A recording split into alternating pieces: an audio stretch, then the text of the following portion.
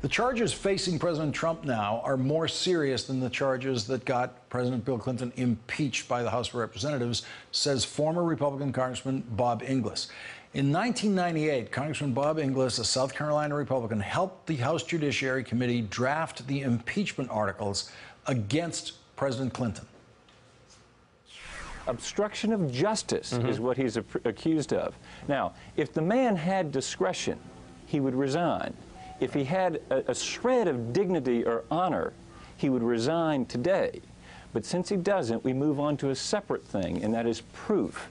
And we must now see if there is proof that he has committed these crimes. Now, a former Republican congressman defeated in his last re-election campaign, largely because of his support for Al Gore's position on climate change, Bob Inglis says that a public censure or reprimand may have been a better idea in the Clinton impeachment case. Bob Inglis also says that if a Democrat in the White House had fired an FBI director who was investigating her, Paul Ryan's Republican House of Representatives would be pursuing impeachment charges right now. Joining us now, former South Carolina Congressman Bob Inglis. Congressman, you're seeing just pure partisan hypocrisy here. If this was a Democrat firing the FBI director and the FBI director testifying about certain kinds of intimidation tactics used in conversations with the FBI director, you would expect this Republican House of Representatives to be moving toward impeachment already. Well, yes. Let's say that Hillary Clinton had won, and let's say that James Comey, the director of FBI, had reopened the investigation into her use of the private email server. And let's say that she didn't like that and that she fired him. Republicans would be howling, and rightly so, because it would look very suspicious.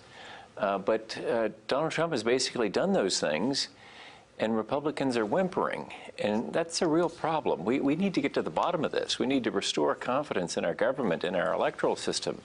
And so it's incumbent, I believe, upon my party to really get to the bottom of this and to pursue this investigation of Russia connections with real vigor. In a piece that you wrote about this, you say that the difference between Republicans now and Republicans during the Nixon presidency, who helped, in effect, drive Richard Nixon out of office once they discovered the crimes that he was involved in. You say the big difference now is the presence of sycophantic media. What do you mean by that? Well, if you watch Fox and Friends, what you'll see is a steady diet of basically fawning over the president and the vice president.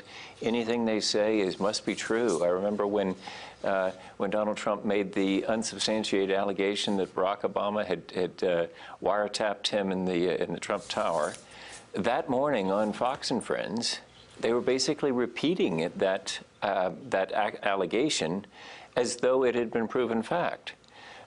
Completely dispensing with what journalists should do, which is say, well, this is something they said, but now let's get to the bottom of this.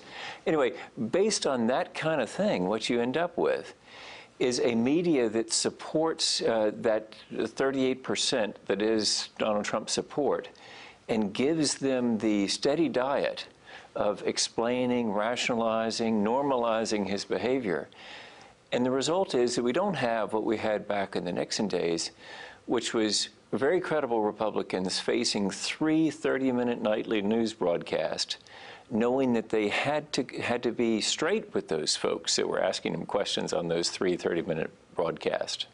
A lot of us have been looking at the Republican Party in the House and in the Senate and wondering when someone will step forward and react to President Trump the way he or she would react to a Democrat doing the same thing. Do you have any candidates who you expect at some point to step up to this challenge? Yeah, I think there are some people that really are being pretty clear. Senator Ben Sasse, for example, has been very clear. Lindsey Graham from my state has been clear, especially about the tweets and the demeaning of the office of the presidency and the demeaning of the country by those tweets. And so I would expect people like that show a little bit of independent nerve and some real respect for the office and respect for the process to step forward. Quickly before we go, what kind of reaction have you gotten from your former colleagues for taking this position? Well, I think that some of them are very grateful. In other words, it's somebody's out there saying something that doesn't face the 38%. I mean, I got to admit, you know, it's easy for me to say these things because I've been shot through by the 38%. So having been killed by them, you know, it doesn't hurt anymore. They can go ahead and shoot away. And so there's some real liberty in that. But I hope that those that are in elected office will eventually show that kind of courage.